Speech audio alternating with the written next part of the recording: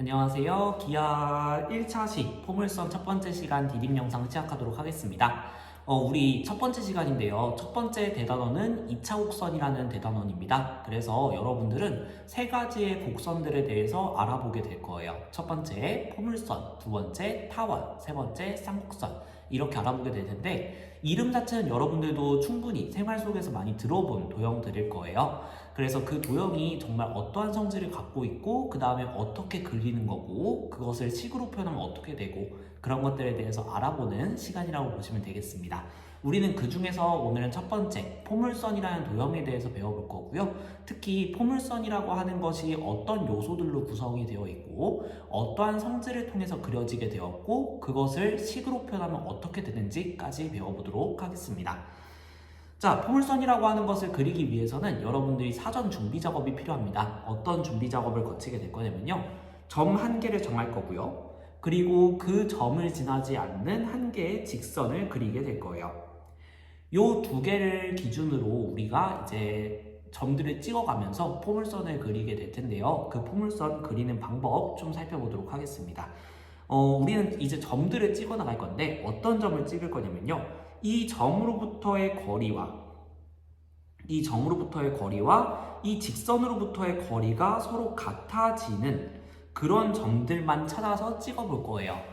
그것들을 여러 개 쭉쭉쭉쭉 찍다 보면 어떤 일이 벌어지냐면 하나의 이러한 곡선의 형태를 그리게 되는데 이것을 우리는 포물선이다 라고 약속을 하게 됩니다. 자, 그래서 포물선이라고 하는 거 다시 한번 수학적인 용어로 정리를 해보게 된다면요. 한 점을 정하고 그 점을 지나지 않는 다른 한 직선을 그렸을 때 이 점과 직선으로부터 이르는 거리가 같은 점들의 집합을 우리는 포물선이라고 부르게 됩니다. 자, 그러면 이 점 그리고 이 직선 얘는 포물선을 그리기 위한 준비 재료였던 만큼 포물선에서 되게 중요한 역할을 하게 되겠죠. 그래서 얘네들은 우리가 별도의 이름을 붙여주게 되는데 그 이름을 한번 살펴보도록 하겠습니다. 우리가 기준이 되었던 이 점 뭐라고 부를 거냐면요. 포물선의 초점이라고 부르게 될 거예요. 자, 그 다음에 기준이 되었던 이 직선 우리 뭐라고 부를 거냐면 준선이라고 부르게 될 겁니다. 기준선 이런 뜻이에요. 그래서 준선이라고 부를 건데 초점과 준선으로부터 이르는 거리가 같은 점들의 집합이다. 이렇게 생각해 볼 수도 있겠네요. 자, 그러면 이제 구성 요소들 중에서 우리는 초점과 준선이라는 것에 대해서 알아봤었습니다. 그러면 이제 다른 것들을 살펴볼 텐데 지금 이렇게 완성된 포물선의 모양을 좀 보세요. 어떤 것 같아요? 뭔가 좀 조화롭게 생기지 않았나요? 그쵸? 조화롭게 생겼다는 게 좀 애매한 말일 수도 있겠지만 뭔가 좀 안정감이 느껴지는 대칭 구조라는 걸 좀 살펴볼 수 있겠죠. 어떤 거에 대해서 대칭이에요? 그쵸? 지금 이렇게 그어진 이 까만색 직선에 대해서 서로 대칭인 모습을 볼 수가 있습니다. 이 직선 뭔가 이름을 붙여줘야 되지 않겠어요? 그쵸? 대칭 기준이 되는 거니까 대칭축 이렇게 볼 수 있을 텐데 대칭자 빼고 그냥 축이라고 부르자 이렇게 된 거예요. 그래서 얘를 우리는 포물선의 축 이렇게 부르게 됩니다. 근데 이걸 좀 더 수학적으로 그리고 우리가 그릴 때 사용이 되었던 초점과 준선을 기준으로 축을 설명하게 되면 어떤 식으로 설명할 수 있냐면요. 일단은 축은 초점을 지나는 모양새를 볼 수가 있습니다. 그리고 준선으로부터 수직인 모양새를 볼 수가 있어요. 그래서 이 축이라고 하는 것은 초점을 지나고 준선과 수직인 직선을 의미한다 라고 볼 수가 있겠습니다. 그리고 그리다 보면 이 포물선이라고 하는 것은 축을 기준으로 대칭이구나 라는 것까지 살펴보실 수 있겠습니다. 자, 그 다음에 지금 살펴보시게 되면 이 점, 뭔가 제일 포물선에서 뾰족한 모양새를 가지고 있는 점이라는 것을 볼 수가 있습니다. 이 점을 우리는 2차 함수의 그래프에서 배웠던 것처럼 이러한 점을 우리는 꼭지점이라고 부를 건데요. 꼭지점을 한번 좀 살펴보도록 하겠습니다. 꼭지점은 일단은 보시면 어떤 것이라고 볼 수 있냐면 이 포물선과 축이 만나는 교점이라고 볼 수가 있어요. 그쵸? 그리고 이 꼭지점을 좀 더 자세하게 보면요. 결과적으로 포물선 위의 점이기 때문에 초점으로부터의 거리와 준선으로부터의 거리가 같아져야 돼요. 그래서 우리가 초점으로부터 준선에 수직인 선을 그었을 때 거기에 꼭지점이 위치를 하게 되는데 이 거리는 서로 어떻게 돼야 될 것 같아요? 포물선의 뜻에 의해서 같아져야 되는구나 라는 것을 살펴볼 수 있습니다. 자, 그래서 꼭지점이라고 하는 것을 수학적으로 설명을 해보게 된다면 포물선과 축의 교점이라고 볼 수가 있고요. 포물선 위의 점이라는 뜻 때문에 결과적으로 꼭지점으로부터 초점까지의 거리는 꼭지점으로부터 준선까지의 거리와 같다.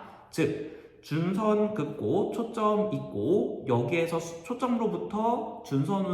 초점에서 준선으로부터 수선의 발을 내렸을 때 꼭지점은 요 선분, 그쵸? 수선의 발과 초점 사이의 요 두 점을 잇는 선분의 중점이라는 것을 확인해 볼 수 있게 됩니다. 요거는 생각보다 종종 쓰이게 되니까 기억해 두시면 좋습니다. 자, 그러면 여기까지 우리가 포물선이라는 게 어떤 도형이고 어떤 구성 요소들을 갖는지 살펴봤는데요. 이걸 이용해서 우리가 과연 좌표평면 위에 표현된 포물선을 어떠한 식으로 표현할 수 있는지 알아보도록 하겠습니다. 자, 그래서 이제 우리가 어떠한 좌표평면상의 도형을 하나의 관계식으로 표현한다는 것은 결과적으로 이 도형 위에 어떠한 점들이 있을 거예요. 아무 점들이 있을 텐데 이러한 점들을 나타내는 표현 x, y라고 우리가 임의의 점을 설정하게 됐을 때 이 x와 y가 만족하는 관계식이 결론적으로 이 도형의 방정식이 되게 돼요. 자, 그래서 우리는 이 점 P 아무거나 잡았을 때 이 P가 항상 만족해야 되는 성질을 떠올리고 그 성질을 한번 수학식으로 표현하게 된다면 우리가 관계식을 나타낼 수가 있게 됩니다. 자, 그러면 이 점 P, x, y라고 잡았을 때 얘가 꼭 만족시켜줘야 되는 성질은 뭐냐면요. 초점으로부터의 거리와 준선까지의 거리가 서로 같아져야 된다. 이게 제일 핵심적인 성질이에요. 그래서 요거를 식으로 표현을 해보도록 하겠습니다. 자, 그러면 초점을 먼저 잡고 준선을 잡아야 되겠죠.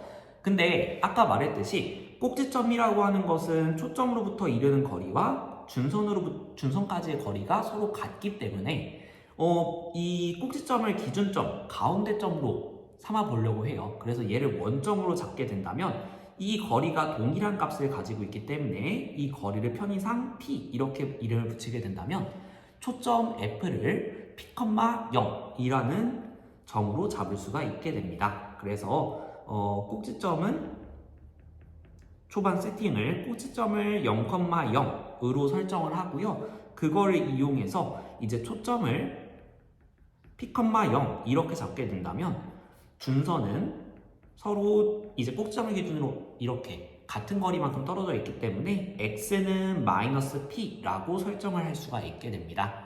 자, 요걸 통해서 이제 좀 더 나아가 볼게요. 우리는 선분 PF 요걸 생각해 볼 수가 있어요. 그쵸? 그리고 이제 얘가 준선까지의 거리랑 같아져야 되는데 점과 직선 사이의 거리는 우리가 수직거리를 재거든요. 그래서 이 수직거리를 표현해 줄 수 있는 게 필요해요. 그래서 이 이 포물선 위의 점으로부터 준선까지의 수선의 발을 내려서 그 수선의 발을 H라고 이름을 붙여보도록 하겠습니다.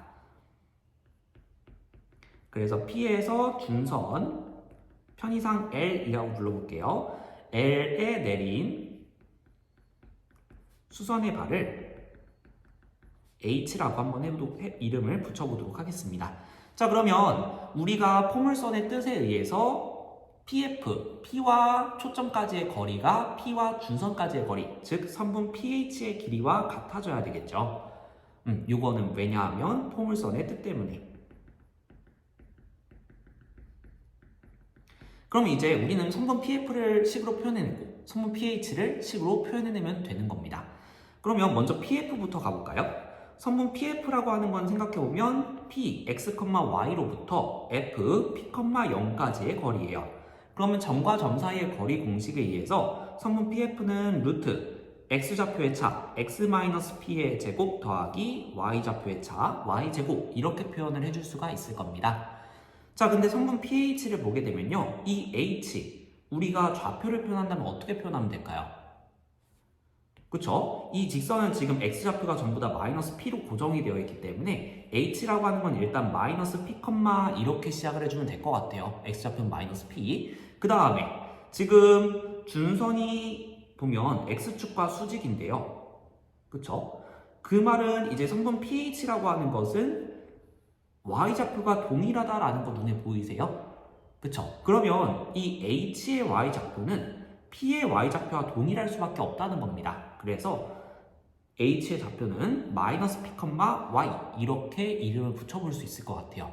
근데 지금 보면 h도 y좌표가 y고 p의 y좌표도 y예요. y좌표가 동일해요. 그럼 요 사이의 거리를 볼 때 우리 y좌표 고려할 필요가 있을까요? 없을까요?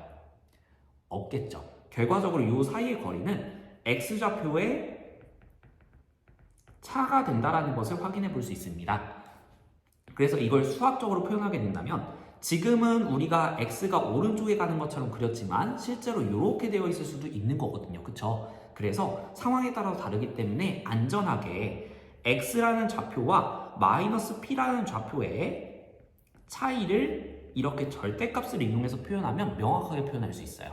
그래서 이렇게 표현할 수가 있고요. 요거 한 단계만 더 가서 적어주면 절대값 x 플러스 p 이렇게도 바꿔 쓸 수 있겠죠.